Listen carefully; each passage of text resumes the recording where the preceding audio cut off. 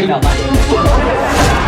Ladies and gentlemen, welcome to today's episode. Everybody, yeah, rock your body, yeah. Ladies and gentlemen, we're not even going to finish it. Welcome to 2023, ladies and gentlemen. Just like Smash Mouth said, and the years start coming and they don't stop coming, back to the something and you hit the ground running. I guess it's kind of bad if you say, just like they used to say, like you're about to say a quote and then you don't even know the quote. So I apologize. This is off to a great start. But the years really do start coming, giggity. And they keep coming, giggity. Time waits for no one, you know? It moves fast. It feels like when you're a kid, and I'm sure this is a universal feeling because your reference for what is life is so much more in the moment. Like when you're a little wee lad, you're in the moment. You have nothing pulling you out of the moment.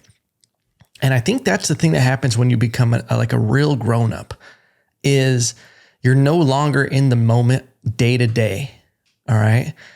I think that's why vacations are so good, because if you're vacationing correctly, you're not thinking about those bills. You're not thinking about those daily things. You're out of it and you're thinking about, okay, at 3 p.m., we're going to go out to the dock and we're going to fish for a couple hours. And you're just in that moment. You're thinking about what you're doing that day. You know, that's like the magic that you lose when you start becoming an adult is. I remember being a kid and it felt like Christmas was always so far away. Like it always felt like that's like, oh my God, like, you know, and when November started rolling around, you're just like, holy shit, we're getting close to it. But then the rest of the year felt so long. A year as an adult feels like 10 years for a kid.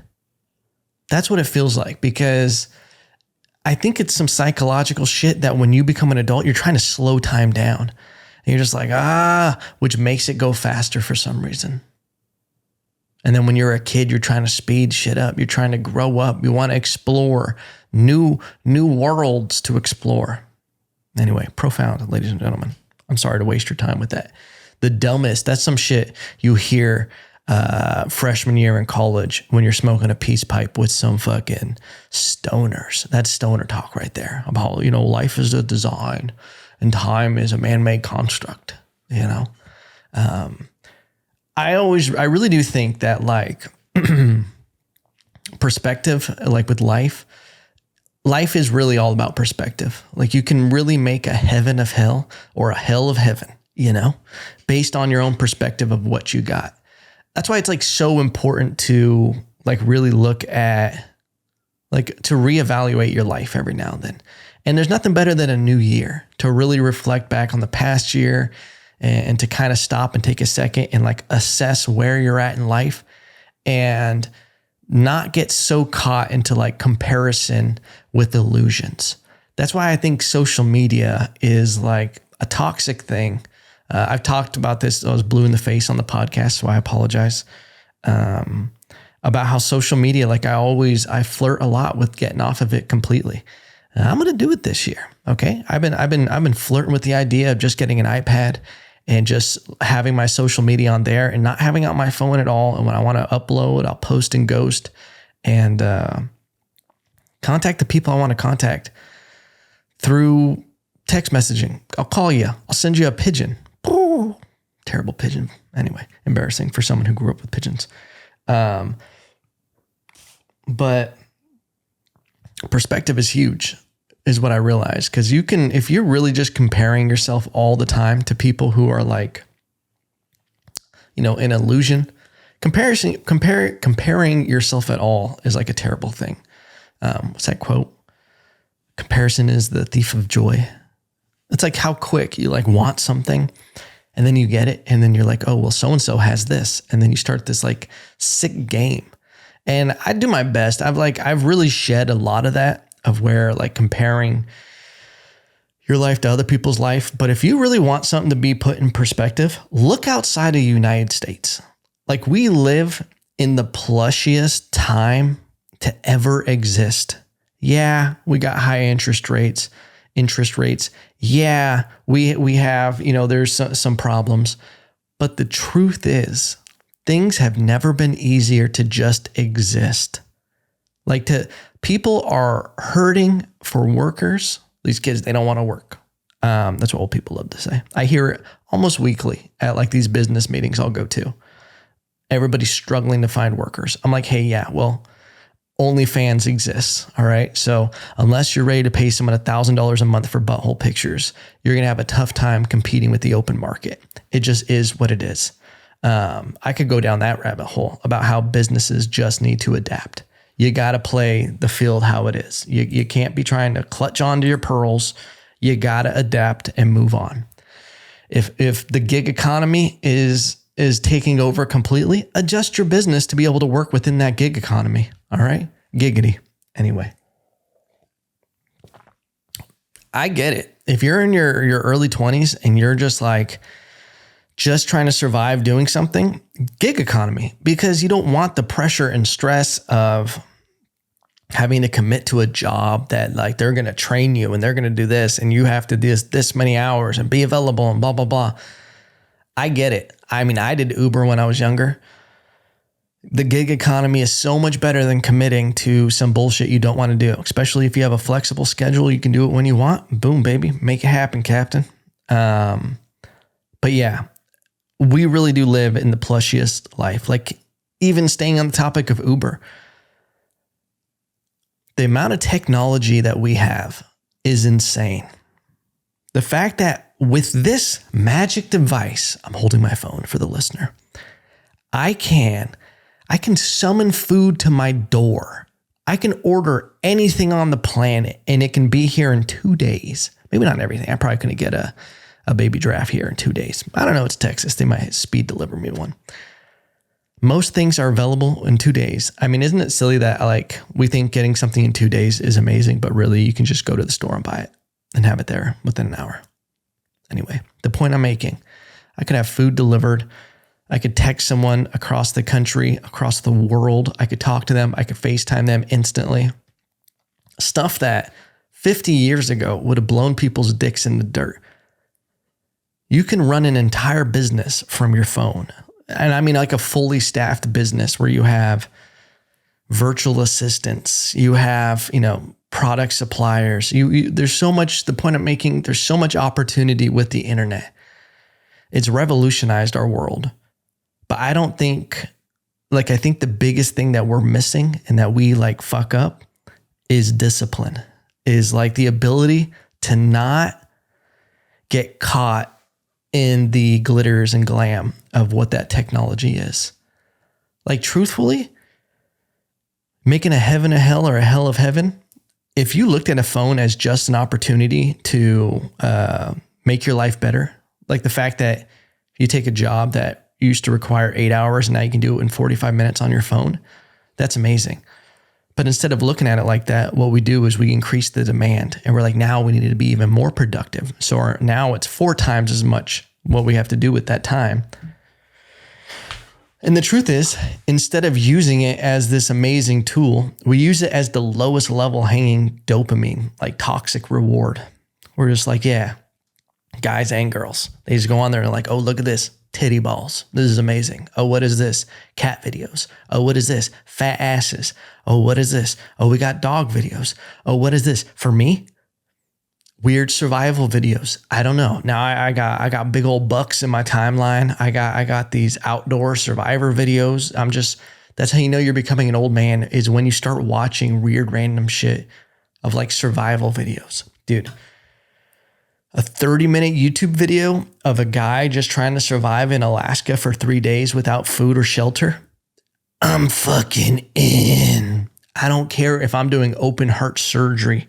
Cancel my plans for the next 30 minutes because I'm going to watch this fella trying to survive in the snow. Okay. It is what it is. All right. I get caught too. But that's all that to be said, is that's why I am going to try to get away from social media. I feel like you got to distance yourself, and it's through discipline. Because after a while, you're just mindlessly scrolling, and I'm like, what am I doing this for? I'm like a little fucking hamster on a water drink, and it's got sugar water, and I'm like, And at first it tastes great. And then you're like, why am I doing this? And then you feel terrible doing it. I'm like, I need regular water. I'm over here drinking sugar water. It's not even sugar water. There's no water in it. It's sugar piss because it ain't good for you. All right. Moving on. I'm sorry. I'm all hopped up on caffeine right now and a little bit of voodoo donuts. Okay. Yeah. Did we start off the new year with some sugar? Yeah, we did. Okay. Listen, my wife likes to play for keeps. Yeah, I said my wife. Okay. She likes to go hard. All right. And when there's a couple nights left of debauchery, hey, we're going to start the work week on Tuesday. She goes hard and she wants her voodoo donuts for the first time. We go to 6th Street. We went out to dinner with some friends. Starts off healthy. We go, you know what? We've gone out to eat like 3 nights in a row. New Year's was crazy. The night after we went out. And then we got invited out to dinner again. So we went out and we go, let's go to this healthy place. So we go to this place. It's like the I forgot what it's called, the Market Eatery. Anything called an eatery, the Whole Market Eatery. You're like, oh, this is made with whole food stuff? Great. Your boy gets to the menu. I got a pizza. All right, listen, I'm not ashamed of it. I am who I am at the end of the day. So I get this pizza, whole pizza. I eat it. And then we start walking around. My girl, I'm on 6th Street all the time because of stand-up. She doesn't go that often. And we were like, let's walk to the Capitol. We were on Congress. It's real close. We go to the Capitol with our friends. We're walking around the Paramount. There's the Bristol Hotel, which is haunted. We walked through. It was really cool. And then we got to go get the voodoo donuts because my baby ain't had it before. So we go get some voodoo donuts. Amazing. Amazing. If you haven't had voodoo donuts, what are you doing with your life? It's crazy. They have every kind of donut you can think of. They get a little wacky. All right. And they're from Portland. Calm down. All right. I almost blame Voodoo Donuts wackiness for all the shit that happened in Portland over 2020. You remember that? You remember Chaz? Chaz was powered by Voodoo Donuts, all right? Because they get a little wacky with their flavors. They had one, it was like a maple bar with bacon on it. Get the fuck out of here with that shit. I'm sorry. They had one with Captain Crunch. You're getting wacky, all right? But I had a classic Homer donut. It's a donut that looks exactly like the one from The Simpsons. I got to be real with you. Might be the best donut I've ever had in my life. All right. There, I said it. I like a good apple fritter or bear claw, but this donut might have taken the cake. No pun intended. But you know what my girl gets? She had a donut called a cock and balls. All right. It's a big black donut, big old balls and a big dick. I don't know what's going on, but here's the mindset. She said, I want 2 donuts. She gets that one, another one. But here's the trick. You get this big ass donut, it's at least 4 or 5 donuts built into it. Okay. Because if you divide it up, the circumference, the mass, this thing was at least 10, 11 inches. All right. Listen, I didn't get the ruler out, but I can know it just from the naked eye. But it was delicious. I even had a bite. It was cream filled. Giggity. But here's the point I'm making. There's not really a point to any of this. We're just existing together. We tiptoe on the 6th Street to get the Voodoo Donuts. 6th Street is the craziest place ever. Okay. If you haven't been to Austin, it's not as bad as it used to be when they allowed the tents just to be on the sidewalk. 6th Street is just where The Walking Dead, like if you know how Universal Studios has a Walking Dead experience tour, like you go through it and the zombies are there and they're like, keep the door closed, trapped inside and all of that shit. 6th Street is that, but real life, because it's like, hey, the zombies on our tour might actually attack you and or at the very least are going to ask you for money. Okay. How many of these homeless people have to ask for $1? All right. Is there a quota? Someone needs to just ask for $100 and then get your fill. That's just better business model. You ask for $100, people are going to be more inclined to give you $20. All right. But if you ask for $1, you're going to have to bet on a lot of people having even a dollar bill. Okay. But we're sitting there enjoying our donuts and all of a sudden a shadowy figure appears next to our table and I can smell him. I'm like, this is someone who hasn't showered in weeks. Okay. Inside the establishment, and this guy I look over, it's a homeless guy, and he goes, "Hey, do you have $1?" And then I like shut it down quick. I'm cutthroat with it. I'm respectful, but it's also like if someone just came up to the table, a regular person asking for $1, I'm like, hey, like we're enjoying our time here. Don't walk into an establishment and start harassing patrons, which is a weird move that the staff didn't do anything. But I'm just like, nah, I'm sorry, man. We don't have one. And then I go back to conversation, but he's still standing there. And my friends who are much nicer than me, sorry, like really nice. And he goes, can I have the rest of that donut?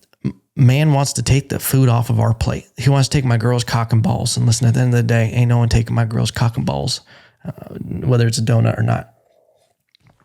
And then one of the staff members just comes up and gives the guy a donut. You ever seen a sign that said, do not feed the wild? Somebody's going to clip this in the future and cancel me with this, that exact clip right there.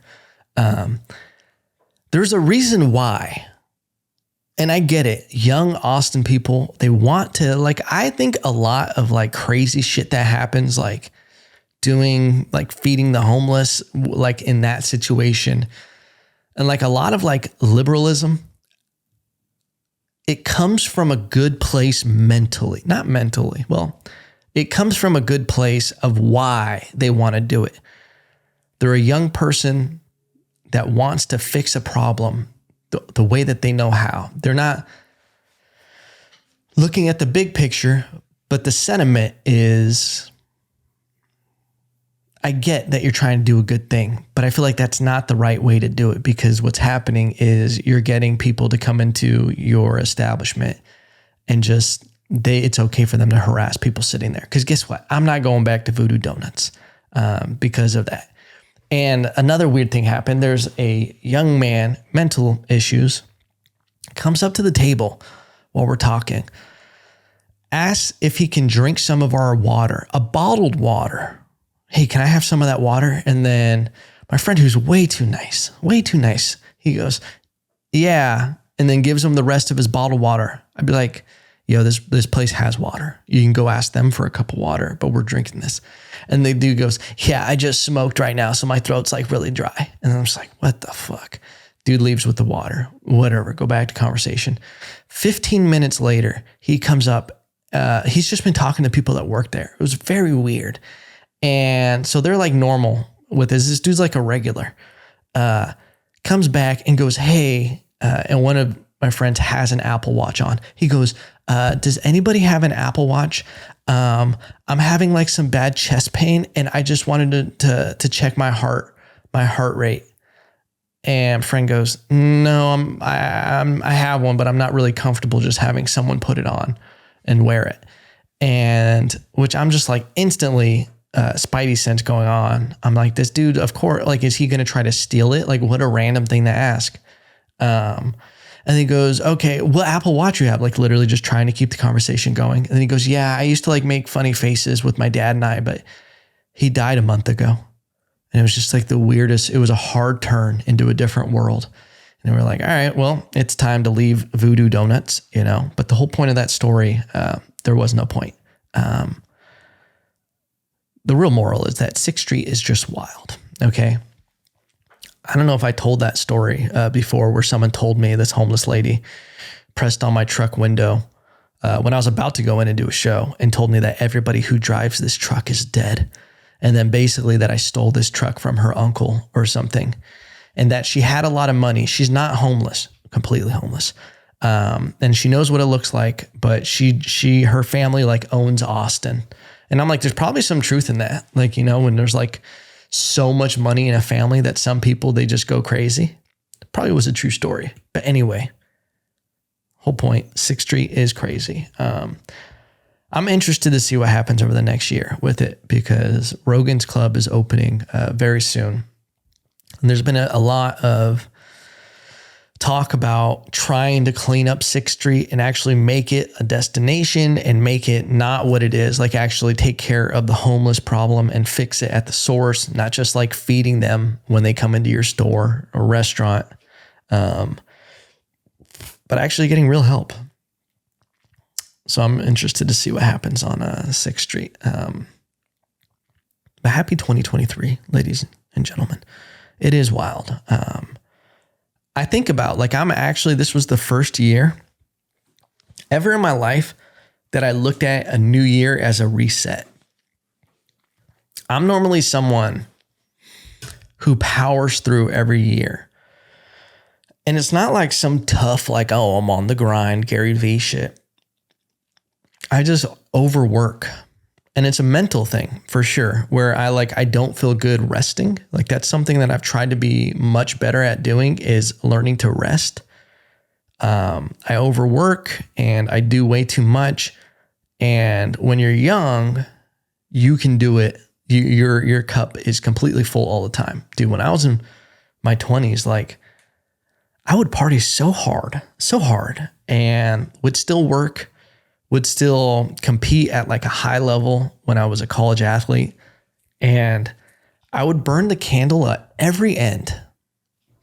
And it was like, I would use it to just distract myself. Because I think that's another thing that happens to people, is you get in this mode of, if you're always moving, you're like a shark. You got to keep moving. You know, that's like my mindset is, if you don't stop and you let your mind rest, you don't have to deal with all those things you've been avoiding, which is like 10 times worse than actually just dealing with the stuff.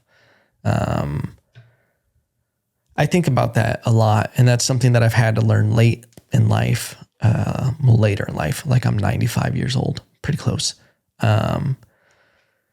Is that I wish I dealt with things, I hate using this word, traumas from my past. I wish I dealt with them when they happened.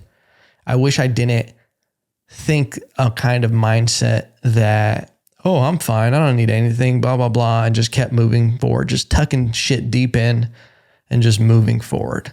Because like, no matter what, that's going to eventually have to get dealt with. And I'm talking like 10 years later, just being like, hey, you ready to start dealing with this? Oh, no, another 10 years. Here we go. You know, but I feel like that's also naturally like part of life, is just you figure out things once you're a little bit older. But this was the first year that I actually looked at it with my business, with my life, and going, you know what? Shit's been kind of crazy these past few months. Let's use the holidays as a reset. We're still going to do stand-up as much as possible. We're going to do the podcast when we can. We're going to work, and we're going to do the bare minimum of what we need to do to maintain. But extra stuff, we're just going to chill. Our mindset, we're going to chill, and we're going to relax. We're going to refill our cup. And that's what we did. And for some reason, I'm still fucking tired. Listen, New Year's night, you end up going to bed at like 2 or 3 in the morning. For some reason, my body adapts so fast and is like, you know what? You're going to bed at 3 the next morning. Sorry, this is just my new life cycle. Last night, I was up to like 2 or 3 in the morning. Shit was rough. I didn't even make it to midnight, like being out. Went out to dinner with friends, saw some fireworks, had some dessert. But in reality, your boy was like, it was like 11. And I was like, all right, guys, bye. Like, nothing good happens after, like, at midnight when you're out at bars or clubs or wherever. Like, my life has drastically changed from when I was younger. I would be, I don't know. I would be, who knows? I'd be on the verge of death, rolling around in some tumbleweed on New Year's before. It'd be 5 a.m. And I'm like, what are we doing now? Just vastly different, you know? Those are good times though.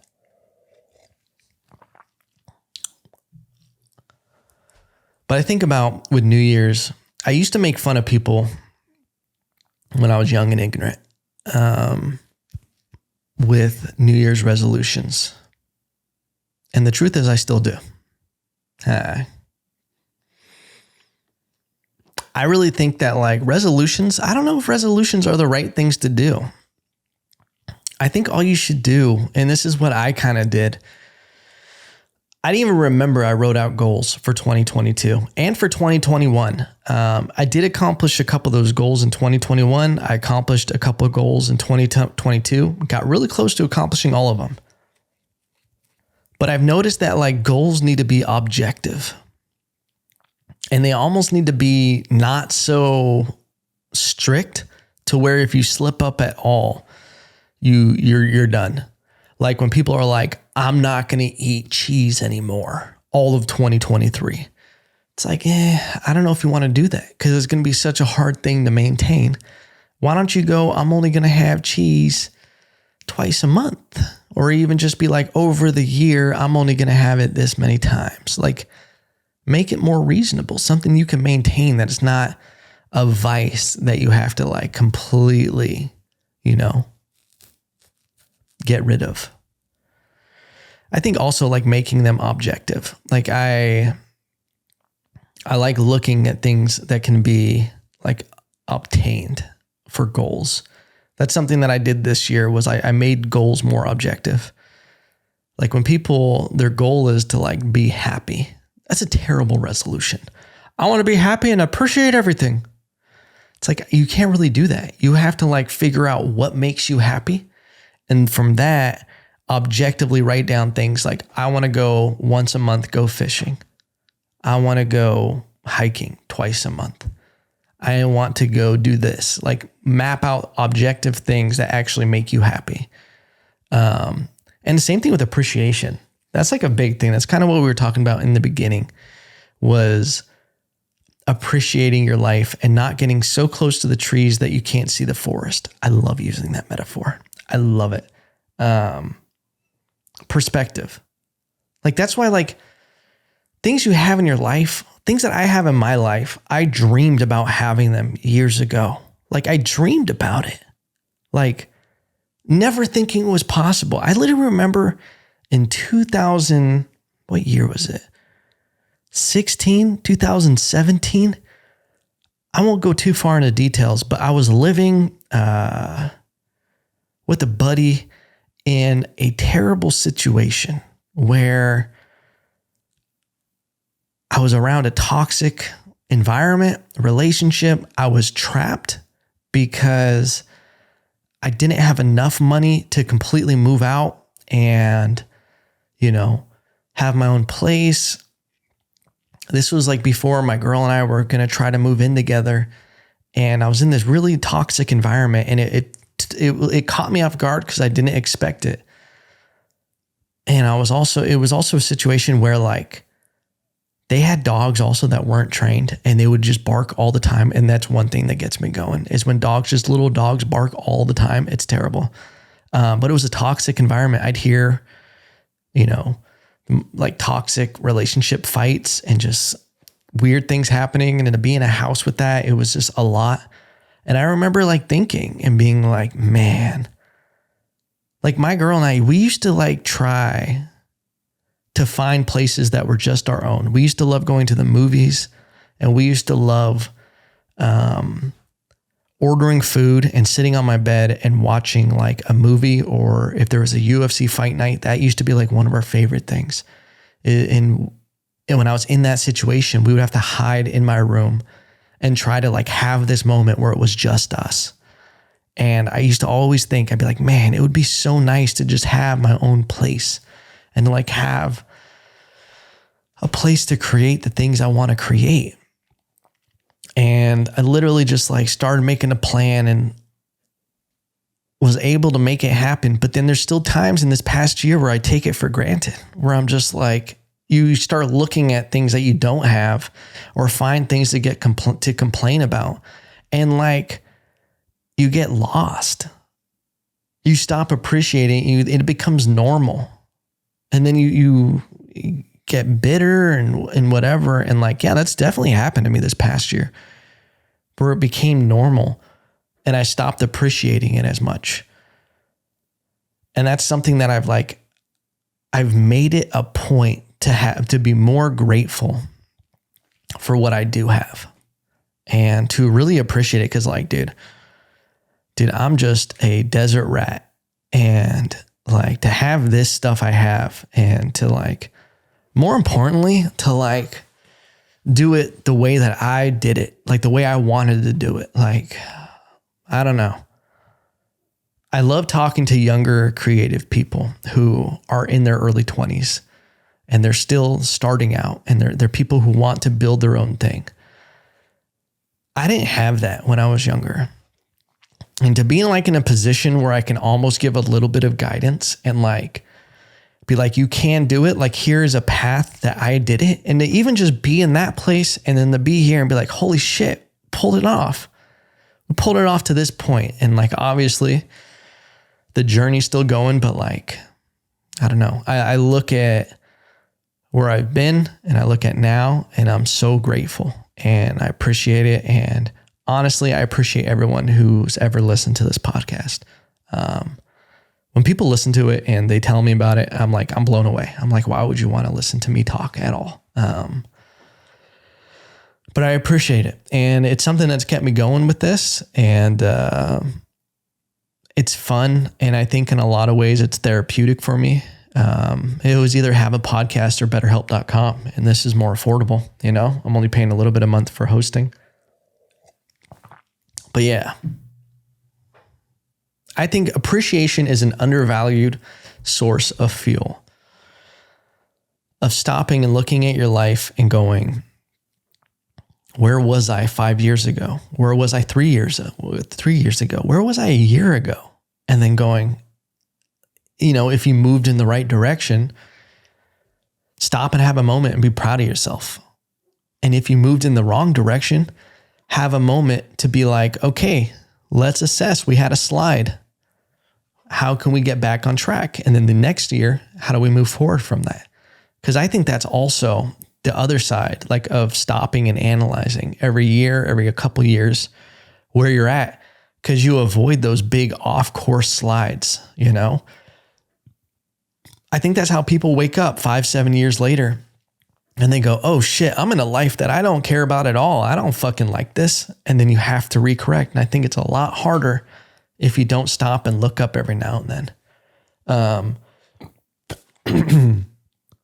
It's like that great thing with, like if a ship goes off course, even an inch, you know, with where it's heading, if you don't stop to analyze and recorrect, if you go months, you'll be like thousands of miles off your course. Okay. I don't even know what the fuck. Why do we have to ruin it with that last fucking metaphor? We were doing okay. We could have stopped on a real note. But you know what? I ate voodoo donuts right before this. I had to get rid of the evidence. Okay. Sometimes that's how my toxic brain works, is I go, okay, we got some last night. There's some leftovers. Obviously I have to eat it now to get rid of it. All right. I have to just get rid of it. So it's not in the house and I'm starting clean now. But that voodoo donuts is just coming up, you know, and you know, you're like, this isn't healthy. And you're like burping it up and your stomach's just like, dude, we don't want this. Who do we talk to? Can't get through the HR because you keep sending this down our gullet. All right. But ladies and gentlemen, thank you for everything. Thank you for listening. I love you guys. I hope you guys have a great year. I hope that you go after your goals. I hope you assess and figure out what you want to do. Set a timer, 20 minutes. Sit there with a blank piece of paper. Write down what you did last year, what you did this year, or, you know, this year coming up, what you want to do, and find the path. What do I got to do every day what kind of person do I have to be to get to that place? And then ain't nothing to it but to do it. How many times a week does that person do that? 2 or 3 times minimum. All right. But remember, no matter what, don't forget to like, comment, subscribe. I don't know if that's still a thing. But at the end of the day, remember, no matter what, I still love you.